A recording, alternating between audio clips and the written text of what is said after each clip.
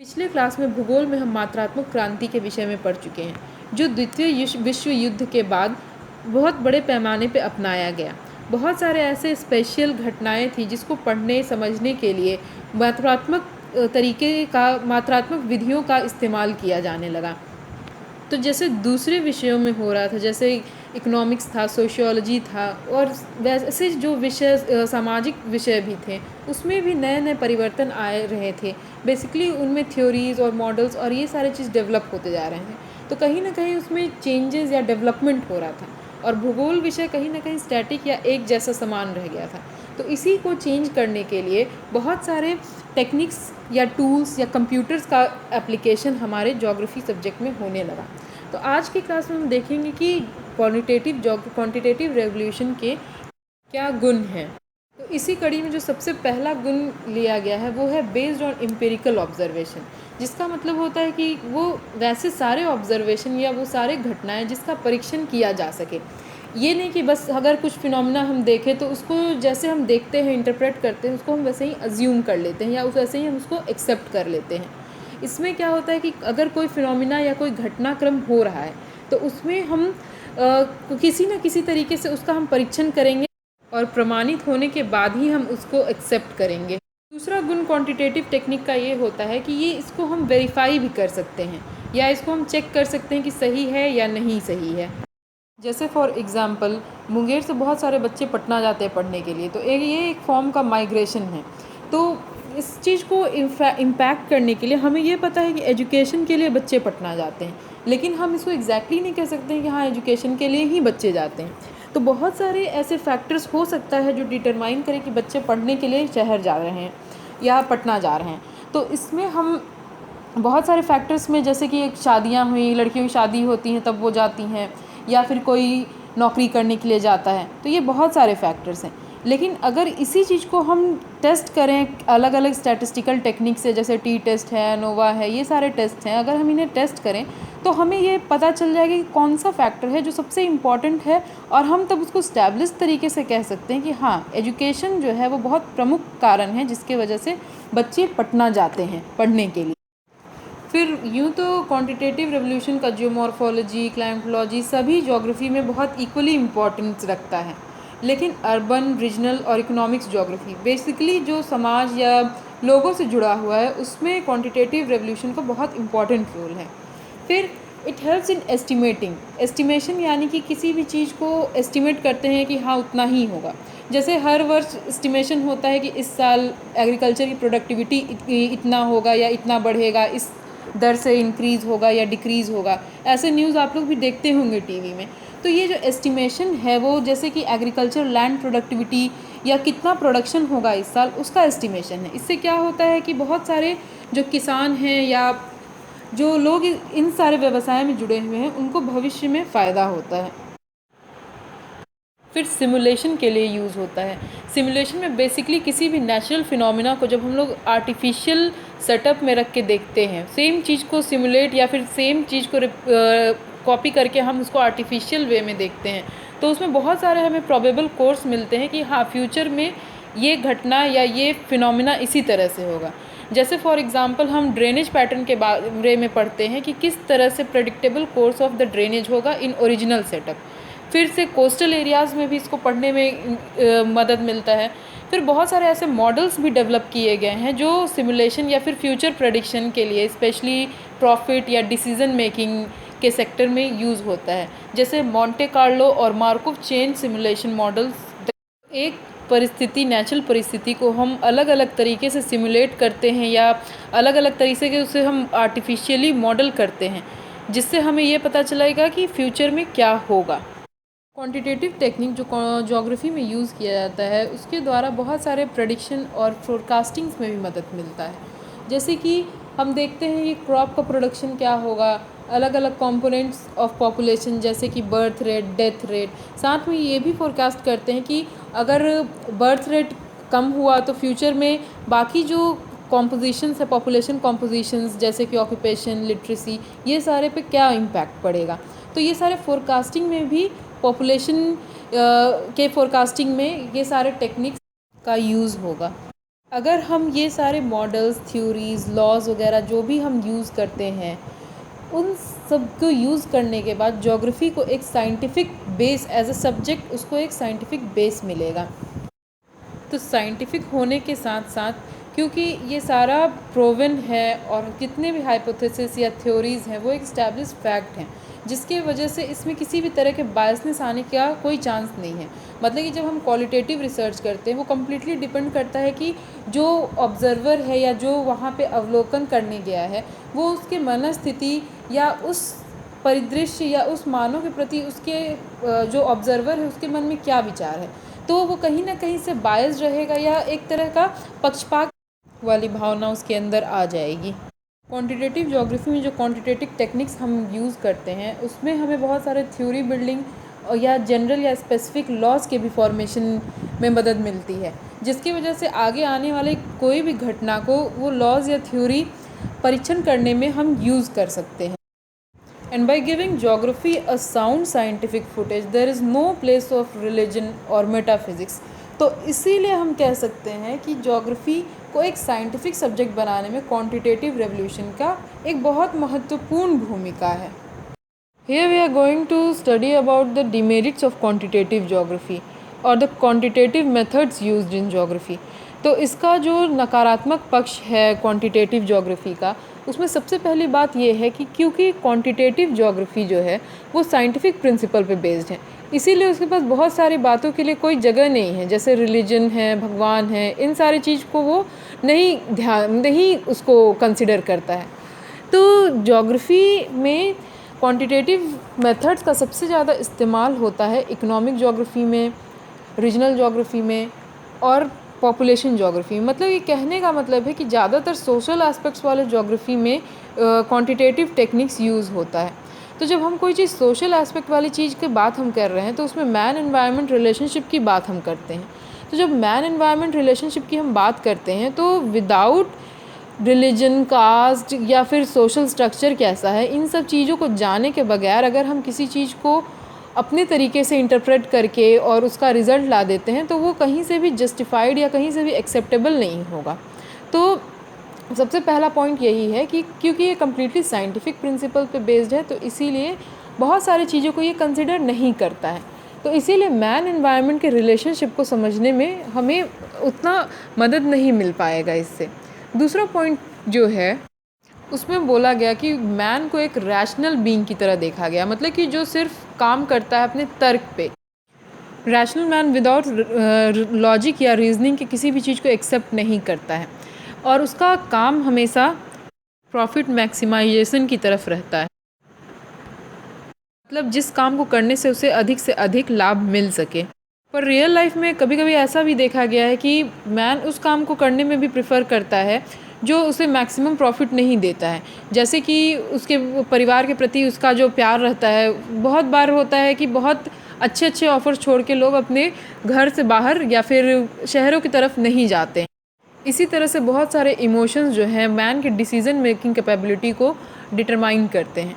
तो कहीं ना कहीं हम कहें कि behavioural aspect of the man भी बहुत इम्पॉर्टेंट रोल प्ले करता है। तो सिर्फ हम क्वांटिटेटिव टूल या टेक्निक का इस्तेमाल करके किसी फैक्ट को प्रूव नहीं कर सकते हैं, और अगर करते भी हैं तो वो कंप्लीट या समग्र रूप से एक्सेप्टेबल नहीं होगा। तीसरा डिमेरिट जो क्वांटिटेटिव टेक्निक्स का या मेथड्स का है वो है इस मेथड को यूज़ करने से कहीं ना कहीं पूंजीपति समाज को या पूंजीवाद को बढ़ावा मिलता है, क्योंकि इसमें जो टेक्निक्स होते हैं वो बेसिकली बेस्ड होते हैं कि किसी तरह से प्रॉफिट को मैक्सिमाइज़ किया जाए और बाकी सामाजिक परिस्थितियों पर उसका ज़्यादा ध्यान नहीं होता है। तो इस तरह से ये दो क्लास का निर्माण करता है, एक पूंजीवाद या पूंजीपति रहते हैं और दूसरा जो शोषित वर्ग रहता है। तो किसी भी कंट्री या स्टेट का मैक्सिमम वेल्थ जो है वो इसी कैपिटलिस्ट समाज के पास रहता है, बाकी शोषित वर्ग जो रहता है वो उसके पास बहुत कम शेयर ऑफ प्रॉफिट रहता है। तो इस चीज़ को भी कहीं ना कहीं क्वांटिटेटिव मेथड प्रमोट करता है। तो जब अधिक से अधिक संपत्ति कुछ खास लोगों के पास रहेगा तो नेचुरल है समाज में, सोसाइटी में अनएम्प्लॉयमेंट का रेट भी बढ़ेगा। साथ ही कंप्यूटर या फिर ऐसे आधुनिक मशीन के इस्तेमाल की वजह से भी बहुत सारे लेबर्स का डिमांड घट जाएगा। कुछ और लिमिटेशंस में हम कह सकते हैं कि मानव को ऐसा माना जाता है कि उसे अपने अगल बगल या फिर आस पड़ोस की परिस्थिति एनवायरनमेंट से रिलेटेड पूरा नॉलेज होता है कि क्या रिसोर्स है वहाँ पे, क्या उसके लिए यूज़फुल हो सकता है। पर ऐसा नहीं है कि ऐसा कभी नहीं हो सकता है कि किसी भी मानव को ये पूरा पता हो कि उसके एनवायरनमेंट या उसके जो जिस रीजन में रह रहा है उसके बारे में, पूरे रिसोर्सेज के बारे में उसके पता हो। साथ ही समय और जगह के अनुसार और तकनीकी चेंजेस के कारण भी रिसोर्सेज का वैल्यूएशन या डीवैल्यूएशन भी होता है। अब जैसे यहाँ या डेवलपिंग कंट्रीज़ जैसे इंडिया में, या फिर अगर हम बात करें अंडर डेवलप्ड कंट्रीज़ में, तो बहुत जगह आज भी जो खेती होती है वो मैनुअली होती है, छोटे फार्म लैंड्स पे होती है। और किसी डेवलप्ड कंट्रीज़ में बहुत बड़े फार्म लैंड में होता है और टेक्नोलॉजी इक्विपमेंट जो यूज़ होता है फार्मिंग के लिए वो भी काफ़ी सोफिस्टिकेटेड होता है। तो हम ये नहीं कह सकते हैं कि सिमिलर सिचुएशन या सिमिलर रिसोर्सेज सब जगह इक्वली इम्पॉर्टेंट हो, और बहुत सारे और भी फैक्टर्स इन्फ्लुएंस करते हैं। अब जैसे कि हम बात कर सकते हैं कि कंप्यूटर के आगमन से कीबोर्ड का इतना यूज़ नहीं रह गया है। फिर साथ ही जैसे कि अगर हम बात करें वेदर फोरकास्टिंग्स में भी मॉडर्न मेथड्स के आने से पुराने मेथड्स को हम नहीं एक्सेप्ट करते हैं या उतना ऑथेंटिक नहीं मानते हैं। फिर अगला पॉइंट जो हम डिस्कस करेंगे वो है कि quantitative approach relies on authentic data. यानी कि जब भी हम कोई रिसर्च कंडक्ट करते हैं या फिर कोई अगर प्रॉब्लम है उसका सल्यूशन खोजते हैं, तो उसके लिए डेटा का होना, ऑथेंटिक डेटा का होना बहुत इम्पॉर्टेंट है, जिसके लिए हम फील्ड सर्वे और अलग अलग data sources, secondary primary sources पर डिपेंड करते हैं। लेकिन हर जगह या हर परिस्थिति में ऐसा पॉसिबल नहीं है कि हमें पूरा एग्जैक्ट डेटा मिल सके। स्पेशली जो डेवलप्ड या अंडर डेवलपिंग कंट्रीज़ हैं, बहुत सारे डेमोग्राफिक, बहुत सारे सोशल और जितने भी अर्बन से रिलेटेड या फिर अगर ह्यूमन प्रॉब्लम से रिलेटेड अगर हम डेटा की बात करें, तो सारे कंट्रीज़ में ये इक्वली उपलब्ध नहीं है। तो जिसके कारण अगर हम फॉल्स डेटा या फिर कम डेटा पे अगर हम अपना टेस्ट कंडक्ट करते हैं या फिर अपना हम रिसर्च आगे बढ़ाते हैं, तो जो आंसर या फिर जो हमको प्रोबेबल आंसर जो मिलेगा वो एग्जैक्ट नहीं रहेगा, या फिर जो कंक्लूजन रहेगा वो हम लोग गलत कंक्लूजन कर लेंगे या किसी फिनोमिना को हम गलत तरीके से इंटरप्रेट कर लेंगे। उसके बाद एक और सबसे बड़ा डिमेरिट जो क्वांटिटेटिव मेथड्स को यूज़ करने में है वो है कि excessive use of quantitative methods या फिर excessive use of statistical tools से हम बहुत सारे ऐसे क्वालिटेटिव टेक्निक्स या फिर क्वालिटेटिव रिसर्च एस्पेक्ट को हम इग्नोर कर देते हैं, जिसकी वजह से अगर कोई स्टडी है जिसको हम काफ़ी अच्छे तरीके से लिख सकते हैं या किसी फिनोमिना को हम क्वालिटेटिवली गुणात्मक तरीके से अगर इंटरप्रेट कर सकते हैं, तो हम उसका उपयोग नहीं कर। जैसे किसी फिनोमिना को समझने के लिए केस स्टडीज़ या फिर कंपैरेटिव स्टडीज़, तुलनात्मक अध्ययन, दो समान क्षेत्र के बीच में तुलनात्मक अध्ययन करके हम किसी परिस्थिति को जान सकते हैं क्वालिटेटिव तरीके से, गुणात्मक तरीके से, उसका क्या वहाँ गुण है, किस तरीके से परिस्थितियाँ डिफ़र करती हैं, या ह्यूमन एस्पेक्ट, नेचर या फिर बिहेवियरल एस्पेक्ट को ध्यान में रखते हुए हम इन सब बातों को जांच सकते हैं। और अगर सिर्फ क्वांटिटेटिव टेक्निक यूज़ करते हैं तो हो सकता है कि कुछ ऐसे फैक्टर्स या कुछ ऐसे वेरिएबल्स हैं जो मिस कर जाएं और हम उसको इंटरप्रेट ढंग से नहीं कर पाएँ। फिर उसके बाद हम बात पहले भी किए हैं कि क्वांटिटेटिव टेक्निक जो है वो एस्टिमेशन और प्रेडिक्शन के लिए यूज़ होता है। मान लीजिए कि पॉपुलेशन एस्टिमेशन या क्रॉप प्रोडक्टिविटी एस्टिमेशन के लिए हम बहुत सारी विधियों के द्वारा उसको हम इंटरप्रेट करते हैं। लेकिन ऐसा भी पॉसिबिलिटी है कि जो हम एस्टिमेशन करें वो एस्टिमेशन हमारा गलत हो। अब जैसे कि अगर हम एग्रीकल्चरल प्रोडक्टिविटी का एस्टिमेशन किए हों अगले कुछ सालों के लिए, तो अगर बाई चांस बीच में बारिश की कमी हो जाती है, सुखाड़ हो जाता है, इस तरह की घटनाएं हो जाती हैं, तो नेचुरल हमारा जो एस्टिमेटेड प्रोडक्टिविटी है वो भी उतना ही नहीं रह जाएगा, बल्कि वो घट जाएगा, या अगर कुछ एडिशनल फैक्टर्स आते हैं तो हो सकता है कि वो बढ़ भी जाएगा, गुड क्वालिटी सीड या इस तरह से हम लोग यूज़ करते हैं। तो इसमें हम ये कह सकते हैं कि एस्टिमेटेड और प्रेडिक्टेड वैल्यूज़ जो हैं वो हर बार सही नहीं रहता है। उसके बाद जो रिजल्ट्स ऑब्टेन करते हैं हम लोग, जो भी टेस्टिंग के द्वारा, जैसे हम पहले भी बता चुके हैं कि जो भी प्रॉब्लम्स रहता है, जो भी प्रॉब्लम स्टेटमेंट है या किसी फीचर को हम एनालाइज करते हैं तो उसको हम लोग अलग अलग जो स्टैटिस्टिकल विधियां हैं उसके द्वारा हम लोग उसको परीक्षित करते हैं और उसके बाद हम अपने रिजल्ट पे पहुंचते हैं कि कौन कौन से फैक्टर हैं जो उस पर्टिकुलर प्रॉब्लम को इन्फ्लुएंस कर रहे हैं या कैसे हम उसको ठीक कर सकते हैं।